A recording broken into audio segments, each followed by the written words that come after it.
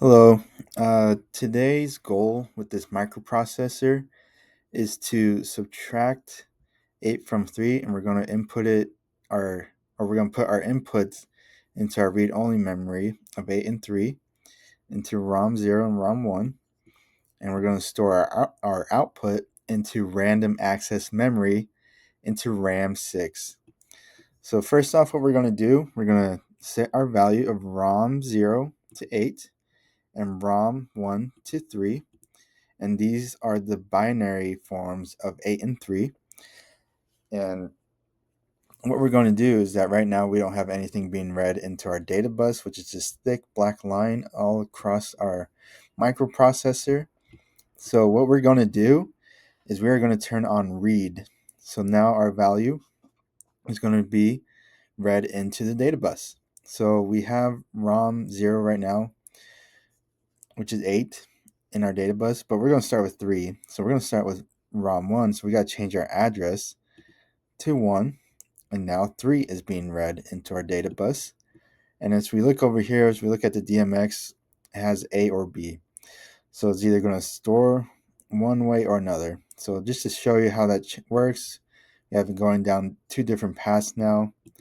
And we just want to store our value 3 into store B. And what we got to do is that we got to enable B in order for it to kind of wake up and turn on. And we're going to clock it. And now our store B has the value 3. And we turn off the clock. And we can turn the enable off too, since it has the value 3 and is passing the value 3 along to the ALU.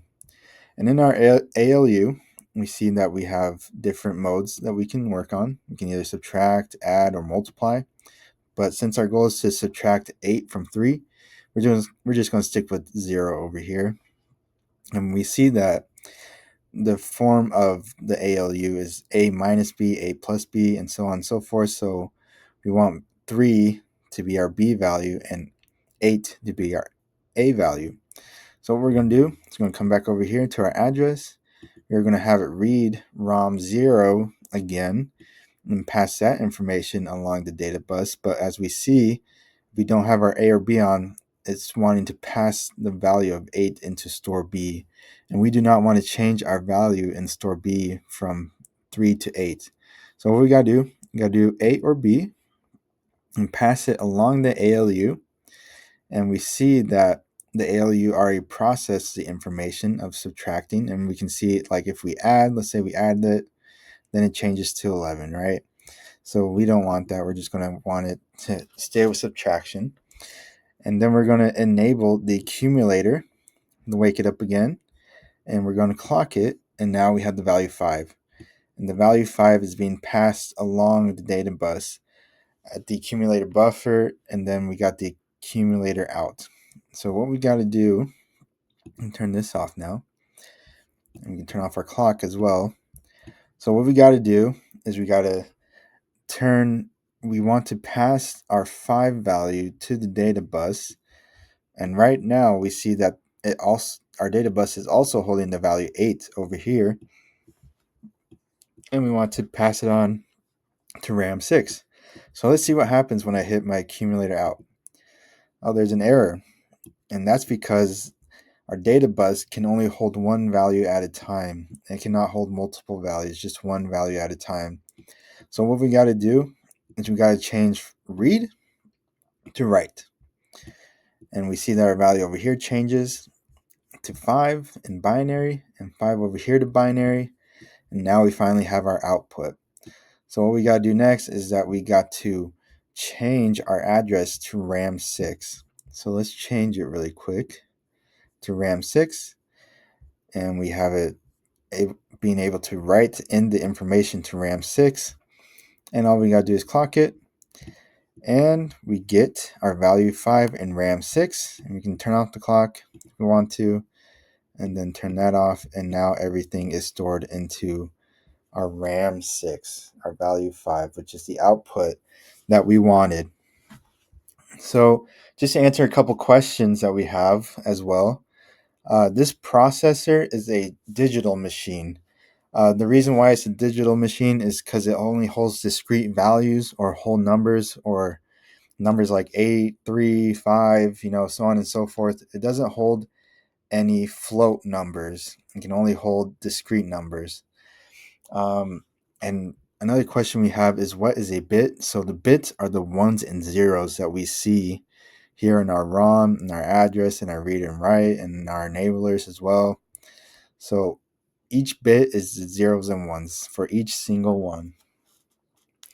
And how many bits are there? So let's count that out. Let's see, we got 16 right here, 19, 22, 26 bits, maybe 27 with this over here as well. But I'm gonna say 26. No, I'll change that to 27. 27, because you can change this as well. No, yeah. No, I'm gonna change it to 26. Sorry about that. It's 26, because that goes higher than 0 and 1. And then another question we have is, what is a register? So a register holds a continuous number of binary cells. And so this can hold up to 4, up to 8, up to 16, all the way up to 32 bits of data. And that is what a register is. And let's see. And they're important to the computers because that's how they hold all their info and all the binary data, because computers are really only read from zeros and ones. So a register is really important because it holds all the information and it translates everything into what we know as numbers and words. So the registers in the microprocessor are store B, the accumulator, and our RAM, random access memory storage. And these are serial in and out uh, registers, because they pass numbers along from left to right. And as we went along, we saw everything just getting passed from left to right. Everything was just going from one place to another. And yeah, so that is what I have for you guys today, and I'm really glad you guys can watch this, and hopefully you guys can learn something as well. Thank you.